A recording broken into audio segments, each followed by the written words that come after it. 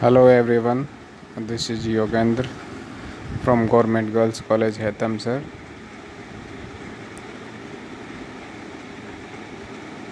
Today we are going to study a new poem, The Pulli, as you can see on the screen, written by George Herbert, one of the well-known poets among metaphysical poets. The school, which was headed by John Donne.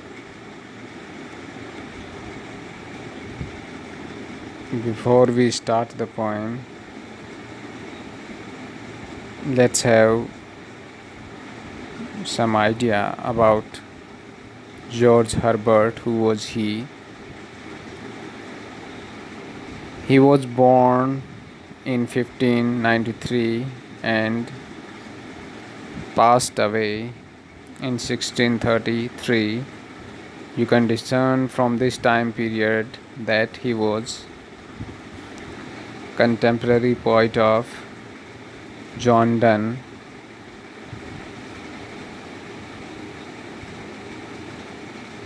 He was Welsh born. He was not only a poet but also an orator and priest in the Church of England. His poetry is basically associated with metaphysical poets, and he is recognized as one of the foremost British devotional lyricists. He was a very good lyricist. He was born into an artistic and wealthy family and largely raised in England. He was well educated. He studied in Trinity College, Cambridge, one of the very famous college of at that time. He later on became a public orator and came into the attention of King James, the contemporary ruler of England. He also served in British Parliament from 1624 to 1625. George Herbert wrote poetry in English, not only in English but also in Latin as well as Greek.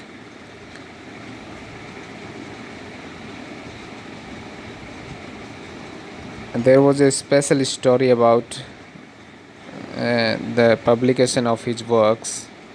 Shortly before his death, he sent a literary manuscript to Nicholas Ferrar and told him that if he finds the poetry of some importance, then he could publish those, or if he did not find them appropriate to be published, then he might not. But actually, Nicholas Ferrar published his poems that appeared to the public in 1633. His well-known collection is known The Temple, Sacred Poems and Private Ejaculations, with a preface by Ferrar. That was a brief introduction of George Herbert, a metaphysical poet. Now let's begin the poem, The Pulli. As you can see on the screen, there is a picture of Pulli. This is the Pulli. और this is a pulley, जिसको हिंदी में हम घिरनी या चरखी बोलते हैं।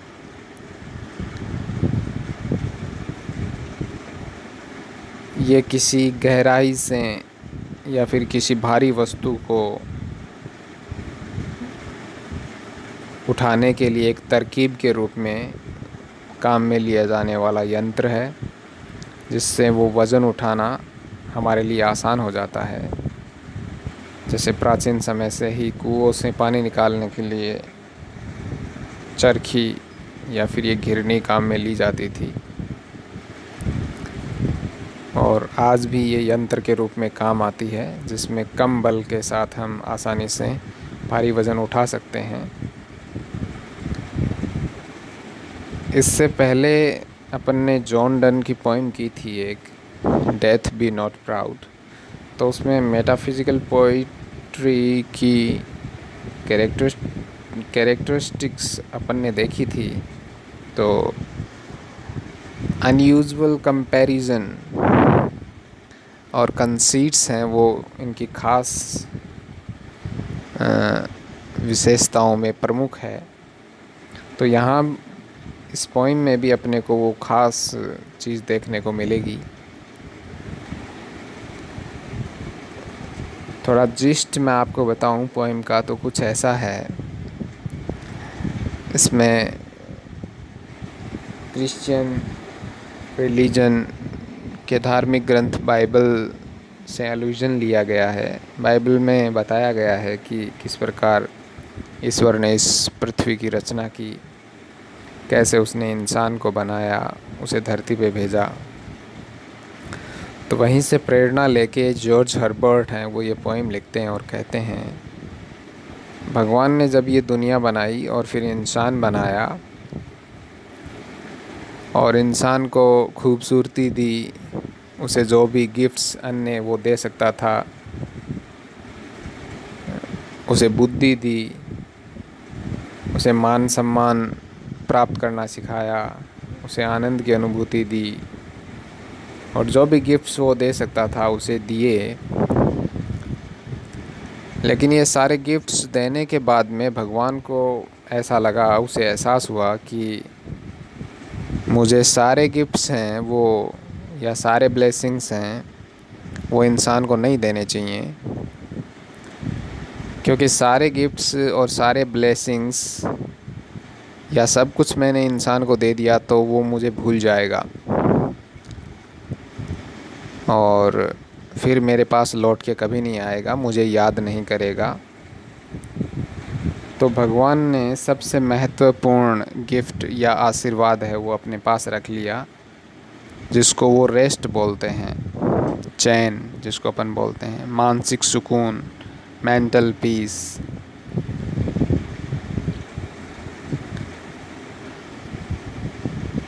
और उसको, इस मेंटल पीस को, इस सुकून को, इस चैन को जॉर्ज हर्बर्ट हैं वो पुल्ली के रूप में मानते हैं और कहते हैं ये रेस्ट है, ये गॉड के लिए पुल्ली का काम करता है, जिसके माध्यम से गॉड है वो सारे इंसानों को अपनी ओर खींचते हैं या उन्हें आसानी से अपने आप को याद करवाने के लिए बाध्य करते हैं।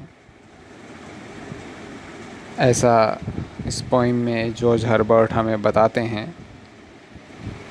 अब अपन लाइन टू लाइन इसका एनालिसिस देखते हैं। Let's begin the analysis of the poem line to line.